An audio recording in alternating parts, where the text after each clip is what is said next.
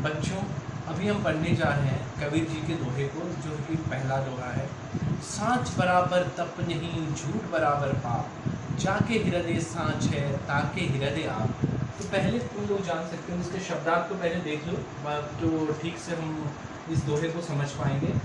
शब्दार्थ है सांच अर्थात सत्य, बराबर समान, तप अर्थात तपस्या, जाके अर्थात जिसके, हृदय अर्थात हृदय में, ताके अर्थात उसके, आप अर्थात भगवान या ईश्वर।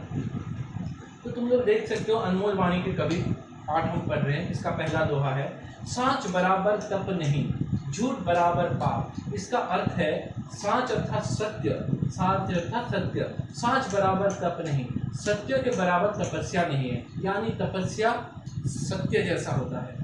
झूठ बराबर पाप, झूठ जो होता है वो पाप की तरह होता है। झूठ बराबर पाप, सांच बराबर तप नहीं, झूठ बराबर पाप, झूठ पाप जैसा ही होता है। जाके हृदय सांच है, जिसका हृदय सच्चा होता है, निर्मल होता है। ताके हृदय आप, ताके अर्थात उसके, हृदय अर्थात हृदय में, उसके हृदय में आप रहते हैं। आप अर्थात मैंने लिखा है आप अर्थात भगवान, यानी जिसका हृदय सच्चा होता है उसके हृदय में ईश्वर का निवास होता है, भगवान का निवास होता है। तो ये है कवि कि इस दोहे का मतलब, इसको ठीक से समझ लो, इसके शब्दार्थ को लिख लेना। धन्यवाद बच्चों। अभी कबीर के दूसरे दोहे को लेकर मैं आप लोगों के सामने हूँ। तो आप लोग देख सकते हो दूसरा दोहा, जो तो को कांटा बोए, ताही बोए तो फूल को फूल है, बाको है त्रिशूल। यह है दूसरा दोहा।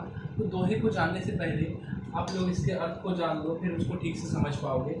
तो को अर्थात तुझको, बुबे अर्थात बोता है, ताही अर्थात उसको, बोय अर्थात बुनना, तोकू अर्थात तुझको, बाको अर्थात उसको, त्रिशूल अर्थात त्रिशूल।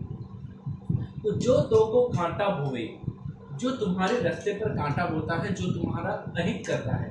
ताही बोए तो फूल, उसके रास्ते पर तुमको फूल बिछाना चाहिए, उसका अहित ना करके उसका हित करना चाहिए। ताही मतलब उसके, ताही मतलब उसके, ताही बोए तो फूल, उसके रास्ते में आपको फूल बिछाना पड़ेगा। तो को फूल है, अगर आप अच्छा काम करोगे तो आपके लिए अच्छा ही होगा। तो को फूल है, अगर वो कांटा भी बिछा देगा तो तुम्हारे लिए वो फूल हो जाएगा। बाको है त्रिशूल, अगर वो तुम्हारे लिए कांटा बोता है तो उसके लिए वो कांटा त्रिशूल के समान हो जाएगा, वो उसके लिए कांटा सिद्ध होगा। तो कबीरदास यहाँ कहते हैं कि जो मनुष्य तुम्हारे रास्ते पर कांटा बोता है, उसके रास्ते पर तुमको फूल बिछाना चाहिए। तुम्हारे अहित करने वाले मनुष्य का भी तुम्हें हित करना चाहिए, क्योंकि इससे तुम्हें तो सुख या आनंद मिलेगा, जबकि उसको दुख या कष्ट मिलेगा। अहित करने वाले को हमेशा दुख ही सहन करना पड़ता है। ये है इस दोहे का अर्थ, इसको जान लो, समझ लो। धन्यवाद छात्रों। अभी मैं तुम लोगों के सामने कबीर के अंतिम दोहे को लेकर प्रस्तुत हूँ। श्याम पट पर आप लोग देख रहे होंगे कबीर के अंतिम दोहे को। धीरे धीरे रे मना, धीरे धीरे सब कुछ होय, माली सींचे 100 घड़ा, रुत आए फल होय।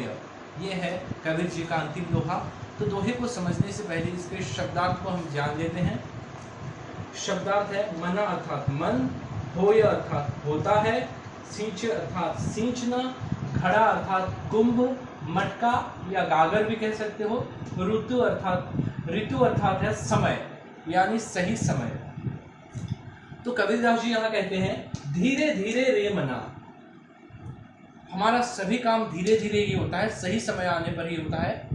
हम प्रथम श्रेणी पढ़ रहे होंगे और हम सीधे 10वीं की परीक्षा नहीं दे सकते, उसी प्रकार समय आने पर सब कुछ होता है। तो धीरे धीरे रे मना, धीरे धीरे सब कुछ होय, सब काम धीरे धीरे होता है।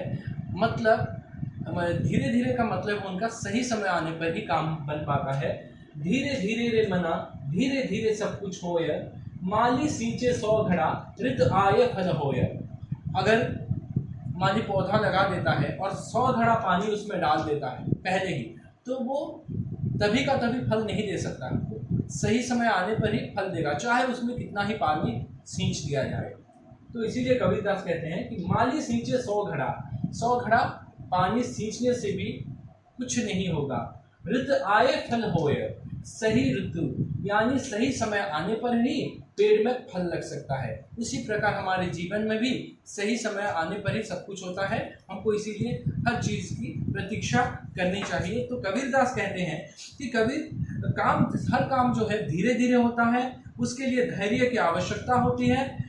कवि उसके लिए उदाहरण देकर कहते हैं कि माली के 100 घड़ा पानी सींचने पर भी कुछ लाभ नहीं होता, समय आने पर ही पेड़ में फल लगते हैं, उसके पहले नहीं आते। इसीलिए हर काम के लिए समय की आवश्यकता पड़ती है, हमें उसके लिए प्रतीक्षा करनी चाहिए। धन्यवाद। घर में रहिए, सुरक्षित रहिए।